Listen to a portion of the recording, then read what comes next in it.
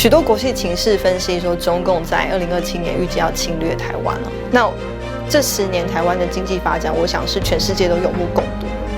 不要以为立法院正在发生的事情跟你没有关系，不管你是什么身份、什么职业、什么地位，台湾的事情与你息息相关。这是为什么每一个台湾人都应该在这次的大罢免中站出来的原因。捍卫国家的主权，每个人都有责任。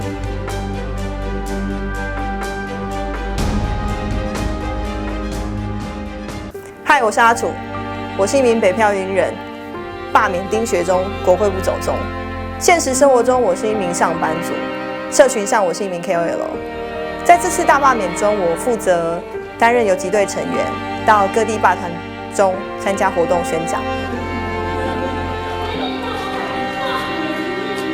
大罢免大成功。10年前我21岁，然后当时太阳花学运的时候，就在立法院的第一排。那在那之前，我是深蓝家庭出生的小孩。在服贸的事件当下，其实你可以看到，国民党是为了要通过这个法案不择手段，然后也就是为什么我们人民没办法透过正常的机制去反抗法案的通过，才促生了太阳花学运。退回服贸协议！退回服贸协议！但是10年过去了，我们面对的国民党还是一样的状态，甚至变本加厉，从反共变成舔共。那就是为什么我参加大罢免的原因。你是E人吗？你是I人，还是你穿女装的时候是E人？就是一半一半，看场合，比例比较低一点。我是不看场合的E，莫名其妙就E。你要带头。我讲台语好不好？好。大罢免，大罢免，大成功，大成功。咱是什么人？台湾人。经营社群以来，我一直都是心脏蛮大颗的人。我蛮常遇到酸民攻击的，就是初期在分享一些政治讯息的时候，很常人就会说什么原来也是一个被民进党收买的垃圾网红之类的。但你自己心里面核心知道，那就是我自己想做的事情，可能根本就没有任何人收买我，那这件事情它就影响不了我，然后我就会骂回去，然后封锁。我觉得我个性我比较直来直往，所以我反而更要注意的地方是如何用大家都可以接受的语言，让大家去接收到所谓正确的政治与时事的讯息。那至于可能酸民这些，我觉得就不用过多理会。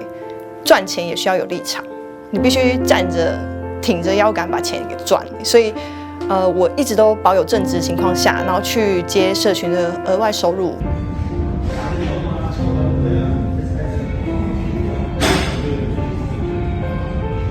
比起一般女生的样子，我觉得我应该是比较强壮的那种，而且我有在健身，所以我心里面一直有一点小小叛逆因子，认为说如果我今天在宣讲的现场遇到有人来挑衅啊或者捣乱啊，我也可以制止回去，或者是让他知道他这样的行为女生不会怕。对，因为现在志工很多都是女生，我认为不一定是要男生才能保护女生，我是一个强壮的女生，我也可以保护女生志工。我想问一下，因为我有帮忙印了，也不是帮忙，就我自己印了30份丁学中连署书啊。他们说你们有收，所以我本来是要请他们来教我签，然后我想说，那不然就给你们这样，谢谢。任务完成。为什么要罢免丁学中呢？因为台中市瘦肉精西部特罗事件的时候，他第一次站上质询台。台湾的猪农在口蹄疫之后，花费了很长的一段时间，才走到拔针的非裔国的地步，所以这是全台猪农共同努力的结果。但是丁学中身为养猪大县的民意代表，我们云林县是全台养猪大县，绝对是嘛。他身为养猪大县的民意代表，他居然可以为了党的旨意，站在行政院长面前去污蔑台湾猪肉，光这一点他就不配当云林县的民意代表，他就应该被罢免下台。因为以国际形势而言，其实很多国家、亚洲国家都受到中国的渗透，比如说韩国，比如说日本，他们现在都有一些陆续的地方活动在对抗中国的势力侵入。这样，那对于台湾而言，当然是首当其冲，因为我们一直都是他们想要收复回归的一块小岛。可是为什么中共这时候会急着要收复我们呢？因为我认为什么时候会受到打压，就是你绽放的最好的时候，变得更好的时候，越容易受到打压。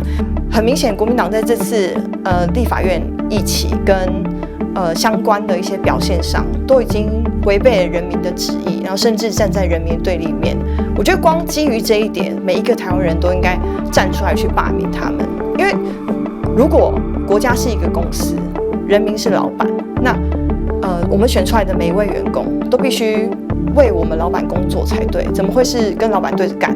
那不合适的员工，你会想要解雇他；当然，不合适的立委，我们也可以罢免他，这是我们台湾人本来也就应有的权利。不然的话，跟中共的那个全国人民代表大会有什么不同？我们不能让国民党这样的劣币驱逐良币。